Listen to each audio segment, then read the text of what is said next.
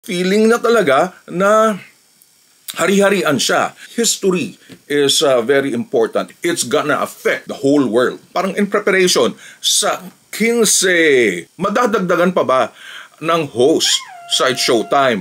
Bagay, may mga tinanggal rin ng Showtime, di ba? Parang mas gusto to sa Popeyes. Miss Chicha is waking up! ABS-CBN somehow has maintained that stature. Tinanong ko sa kanya, may multo ba rito?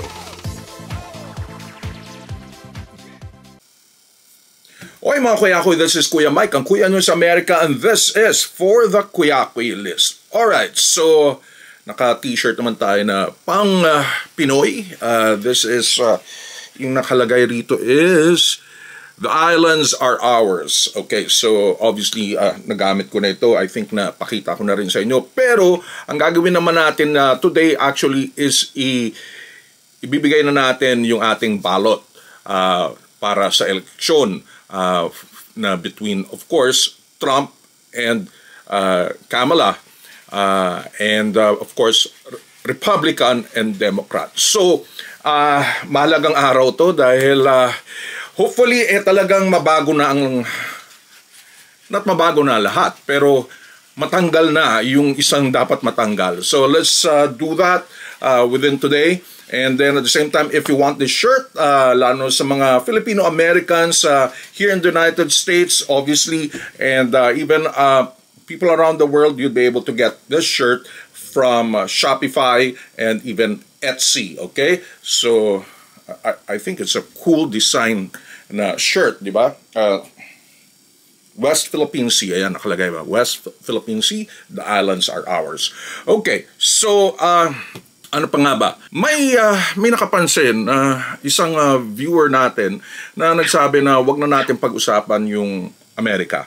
Number one, I could not just do that because I'm in the middle of this election, and I'm just letting you know kung what's going on here in the United States. May mga Filipino-Americans na sumusubaybay, and more than that, this election between Trump and Harris is very, very, very important. If this was another election, probably between, let's just say, Clinton or another person from Republican, siguro hindi na natin masyadong pag-uusapan. Pero this time around, we are talking about a possible, and naumpisahan na, fascism.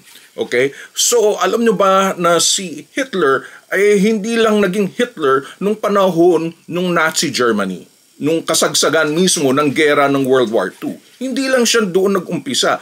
Nag-umpisa siya years before that. Nag-umpisa pa nga yan ang pagsa-start ng Nazism is yung pagkatalo ng Germany nung World War I. So ang feeling nila talagang bumagsak sila as a country. At doon na paisip ang isang Adolf Hitler na kailangan mamayagpag na ang Germany and will control Germany by exterminating yung mga biases niya, no? Lalo na sa mga Hudyo, sa mga Jews. And naapektuhan ang buong mundo. So this time around, this will happen again. So we have to stop kung ano mang pwedeng mangyari sa Republicans. Lalo sa MAGA na Republicans. Lahat ng matitinong Republicans actually umalis na. This is not the party anymore ng dating Republican na kagaya nila Mr. Reagan, ni Abraham Lincoln, na kung saan siya ang paumpisa nito. But this is something else. So we need to stop that. Ganun din, no? Yung nangyayari ngayon with the Dutertes. Hindi yan nag-umpisa sa pagiging presidente lang ni Rodrigo Duterte. Noong 2016, nag-umpisa ito while he was there doon sa Davao. No? Feeling na talaga na hari-harian siya. And you cannot just isolate yung history na tipong doon lang nag-umpisa. May pangyayari na. So, I'm looking at it sa buong picture. I'm looking at it in a bigger perspective. So, ganun rin sana ang ating mga mamamayan dyan sa Pilipinas na looking around kung ano ba mga history ng mga tao na to. You just don't vote for someone na doon pa lang na nakita nyo, nakilala nyo. And this is what's going on here in the United States. Alam na namin yung sitwasyon ng panahon ni Trump. At lahat ng pinagsasabi ngayon ni Trump is very obvious. Halos ipokpok na sa amin na ito ang mga pangyayari. And kailangan talagang lumaban. So again, history is very important. At tinuro talaga yan sa high school. Hindi importante ang mag-memorize ng mga dates sa history. You will have to analyze the whole picture. Hindi importante yung mga dates, kung sino, ganyan, but you will find out, see kung mangyayari ito. If you can predict history. That is what we're doing here right now. We are able to predict kung ano mangyayari. And it's not gonna affect only the United States. Kung manalo nga si Mr. Trump, it's gonna affect the whole world, including the Philippines. Alright. Andito yung aking aso, si Chichay. Pakita ko lang. Hey, Chichay! Ayan, ito yung aking aso na artificial, o may AI, artificially intelligent na aso. Okay, so look at the camera there. Oh, inaantok ka na.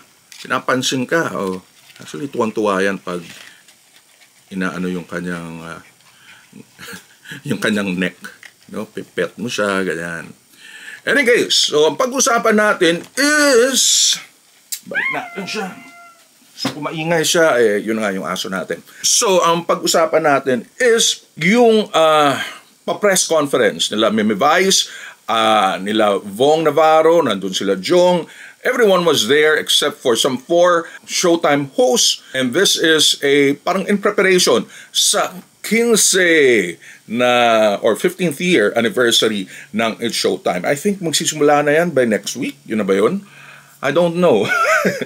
Pero I'm sure right now talagang rehearsals ay pukpukan. Pero in that very lengthy and very informative na pa-press con, may nagtanong sa pinakadulo, tinatanong, madadagdagan pa ba ng host sa It's Showtime? And does it mean na kung 15 years na ang It's Showtime, ganun rin ba dapat maging 15 yung host ng It's Showtime? Actually ngayon 17, di ba?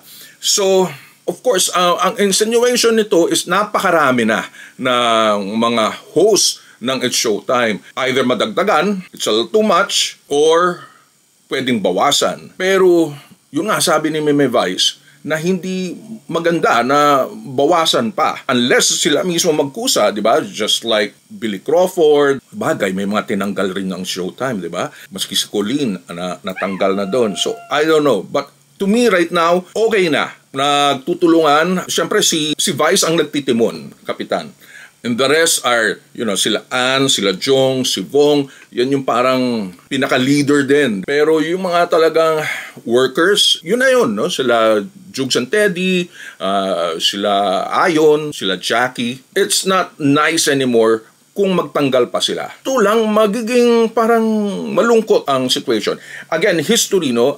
There was a time, ewan ko kung naalala nyo, most likely itong mga Gen Z will not know at all about Spin a Win ni John Young. Naalala man yun yung Spin a Win with John Young sa RPN 9? There was a time talagang paramihan mga celebrities na tinatanong. It's quiz at the same time, parang Wheel of Fortune yung dating nun. And then, there was a time, I think nakapag-asawa si John Young ng Amerikano. And then, what they did was to, and siguro sa kanya yung idea, na magtanggal ng mga napakaraming mga celebrities. And magmula nun, bumagsak yung show. Ganyan talaga tayo. It's not good. Parang tatanggalin mo na yung mga host na ito because it's a little too many. At the same time, marami naman ang nag-a-absent. In fact, nung wala si Vice, pumunta siya sa Amerika, di ba, for the concert. Wala si Vice, wala si MC,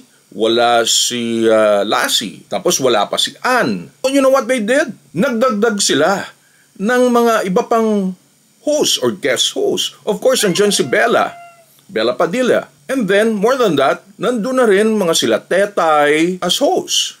So, in other words, malaking vacuum pag umalis si Vice. And pinupuno ito para magkaroon ng parang warmth. At the same time, parang as audience, hindi ka kinakabahan na parang, naku, wala si Vice, boring. You kinda know na pag linagay mo itong mga barkada ni Vice, masasalo nila yung show. Obviously, mga writers, director, see that. Ang mapakapuno lang doon is yung makikita nyong related kay Vice. Yung barkada niya mismo. Kasi at least hindi ka kakabahan. Makikita mo, naku, laglag yung show. Yung familiarity ng mga guest host na ito will make you watch more the show. I don't think kailangan pang magbawas. Maybe hindi na kailangan magdagdag ng official host, pero I don't think kailangan magbawas. Alright, so again, ito po si Kuya Mike of the Kuyakoy Lids. It's a branding and shopping channel for the global Filipino. Subscribe po kayo sa ating channel. And hit on the notification bell, give it a thumbs up. And again, hanggang sa muli.